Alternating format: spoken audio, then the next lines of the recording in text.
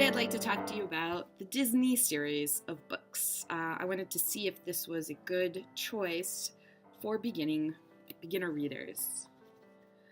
The series includes all of the princesses, 101 Dalmatian, Robin Hood, The Little Mermaid, all of the aristocrats, Oliver and Company, and Winnie the Pooh.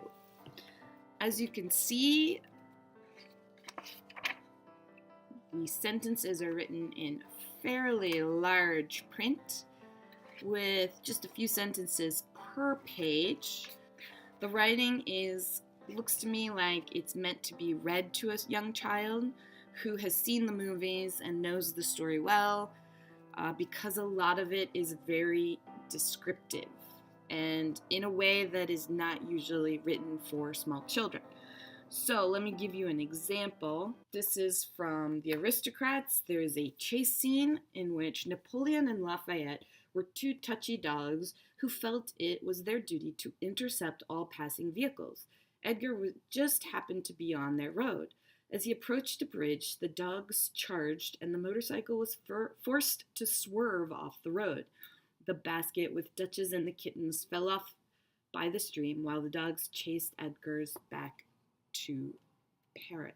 That doesn't sound to me like level 1.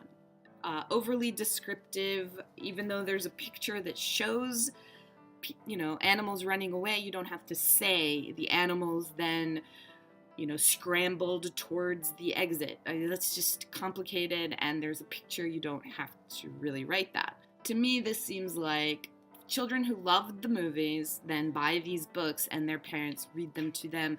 For ESL, I would say these are too much of a challenge to read alone.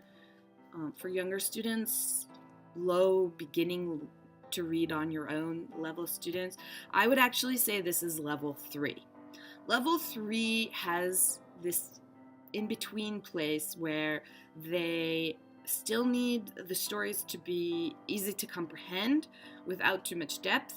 Then they need the challenge of language, and finally they're able to look up harder words, so that's not much of a problem. I would give this to the level 3. That is opposed to level 2 books. As you can see, level 2. Level 2 is usually considered grade 1 through 3. Level 3 is usually considered grade 4 to 6. Winnie the Pooh. The Winnie the Pooh stories, although broken up into much, much smaller versions, seem very similar to the Winnie the Pooh book. The style is pretty much the same, and in fact, I think maybe they tried to make it a little bit easier by taking out some of the narration. So in Winnie the Pooh, there's a main character talking to Winnie the Pooh. That's not in here. It still seems fairly close to the original text, just no narration. These are pretty good for young readers.